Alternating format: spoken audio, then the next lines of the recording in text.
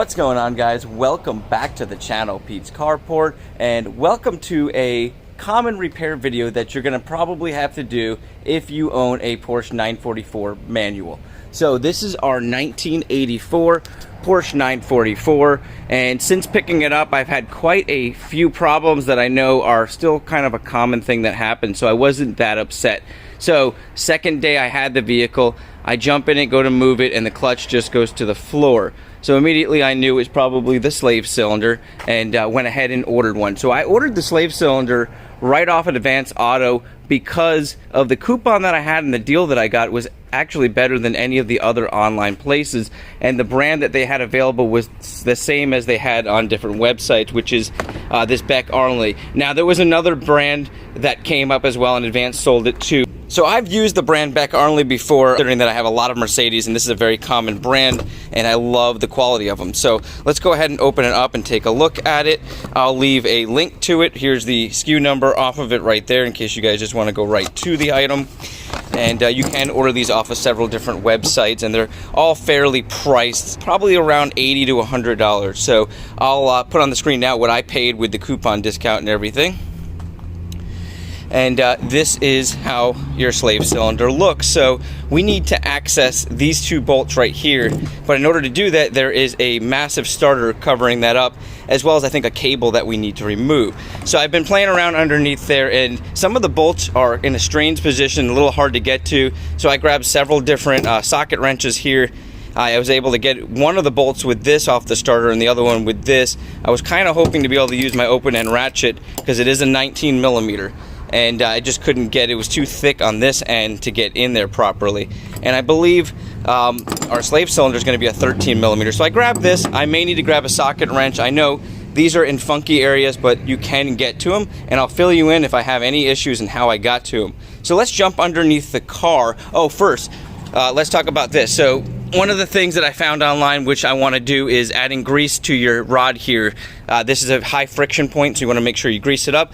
I'm just going to use some synthetic grease that I have sitting around because that should work perfect for what we're trying to do. So now let's go ahead and jump underneath the car, and I'm already all set up. You guys can see I have the car up on ramps. It's completely level, easy to get to, and I can crawl right underneath here and show you guys exactly what we're going to be looking at. So this is the big starter that's going to cover up our slave cylinder. I don't know if we're going to be able to see it up under there, but the slave cylinder is right up underneath there.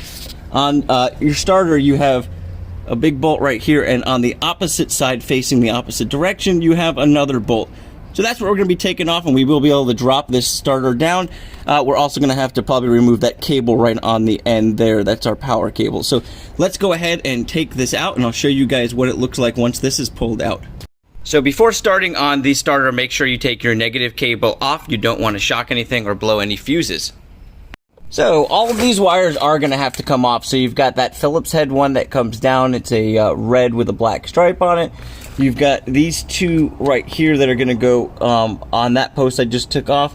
And you've got one more that has that like kind of square with a little jaggedy edge clip. That's going to go on there. I can't see the color of those wires from my angle, so I'm just going to go ahead and document it with this and be able to put it back together correctly. Don't forget, before you touch any of this, make sure you take off your negative cable from your battery. So now that I got the starter out, I can kind of show you a little bit better. So this wire here does not need to come off. That's just the ground that comes right off the starter. Then you've got your two power cables. Here's what I believe. And then you've got another cable that screwed into the screw down there. So that's what needs to come off, and then this thing just kind of pulls out. Be careful, it's very heavy. I'm going to clean all this down because it is pretty nasty. Now my slave cylinder, I'm going to get up there and show you, is pretty bad, and it looks like it has not been replaced in a very long time, which is good news for me because I'm glad that I'm able to change this out. But the information I found online said it's very difficult to get to the bolts, but I was shocked. I was able to get to them with this standard 13 millimeter socket and not even taking out the rest of the power cable and pushing it up like I read online you had to do. So that's really good news. This should be an extremely quick job. The only downside is I want to get the bleeder nut off of the slave cylinder that's in there so we can bleed it out. I just don't know if I'm going to be able to. It looks really rusted, but we're going to try. And then I'm going to use, let me go grab this. So I'm going to use this Mighty Vac brake bleeder to bleed our slave cylinder out if we can. We're going to do a full flush on our master cylinder, so I want to get everything out of there I can. It is pretty nasty fluid. I don't think it's been changed out in a very long time. So we're going to refresh the fluid. The master cylinder looks like it's doing okay. The brakes seemed fine when I rode it.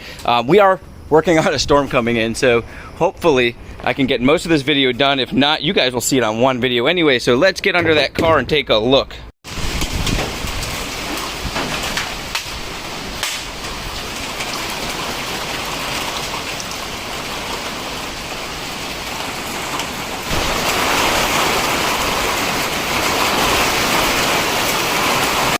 So you guys can see there, very, very easy access. This is the cable that I've heard you should remove, but you can see both bolts very easy to access. Let me see if I can grab my socket wrench here. Okay, just so you can see, you can easily access that bolt, and if you just get yourself up in there, that bolt's easy to access as well with a standard socket wrench. And you can see how nasty and rusted the bleeder valve is. I'm not even going to waste my time with that because we're going to drain the entire master cylinder out, which I've already started. And we're going to hit that line there with some penetrating fluid and be able to get that off nice and easy. So let me go ahead and get that done, and I'll pull it out and show you guys what it looks like. Well, lately I've been having really bad luck with brake lines, clutch lines. I've been working on the Austin Healey, the 63 I've got. Same issue. So I went to take off the slave cylinder line, and if you look at it, it's actually cut, which means somebody probably didn't have a 12 millimeter, and it looks like they shaved it down to a possible 11 millimeter, and it came off fairly easy after hitting it with the penetrating fluid, and you can see it just twisted the line up. So good news is it's a very short line and very easy to get to. So if you ever have this issue or just want to change your lines out in general, it's going to be located down here. So it's a rubber line, and then it connects to your metal line. But if you want to take the entire line and change out all the metal lines, you've got your master cylinder located right up under here. Let me see if I could get the line, but the line is right down in there that comes off of there, just goes down here. So this piece here comes off of maybe a 2-foot line that kind of does a couple different curves. So I've got two options. I can go get another end piece and put in a coupler and rehook this back up, or I can flare and just get an end piece, put the end piece on and flare it open because it's a standard flare, or I can just get a whole new line depending on what they have at the auto parts store. I do want to try to get this done today, but it's obviously not a super rush, so I'll come back and tell you guys what I decided to do and show you how I did it. So it was a struggle to get this thing out because it did not want to come off on that end, but finally got all this pulled out, went to O'Reilly's, picked up a new brake line. It's just a universal one. It's gonna be too long, but we're gonna cut it, and we're going to use this flare tool to put a new flare on it. And got a little pipe bender here. I have a better one, but this will be fine. We don't need a whole lot of angles, just a little bit of curving. And we'll cut it a little bit longer so we can kind of bend it up in there and come back down. That way it's nice and easy to get into the slave cylinder. All right, I'm gonna go ahead and do this. I'll show you guys how it looks when I'm done.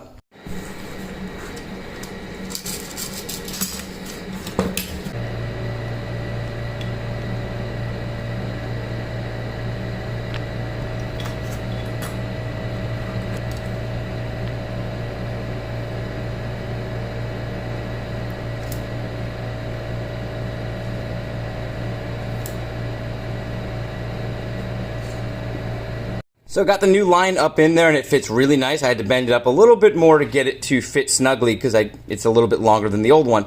Now I'm going to go ahead and grease our slave cylinder, get that up in there and bolt it in. I'll show you guys how it looks up underneath the car. Then I'll go ahead and bleed everything, and we'll maybe be able to drive it today. So here's the new slave cylinder installed with the new hydraulic line. As you can see, it fits right up in there, connects to a hose, and then comes down, wraps around, and connects right to the slave cylinder. So just got done taking her for a spin, and the clutch feels awesome. So it looks like this was a success. Not a difficult job by any means, but it was not a super easy job definitely a one-day weekend job for most people out there. Unfortunately for me, my hydraulic line broke. It was not an expected thing, but I was able to get that resolved pretty easily using parts from the local auto parts store. So if you guys have any questions, this car is new to me. I'm learning a lot about it, but I'm enjoying every part of it. There is a ton of videos to come on this, fixing little knick-knack things as well as just driving it. So have a great day, guys. My name's Pete. This is Pete's Carport, and this is my 1984 Porsche 944.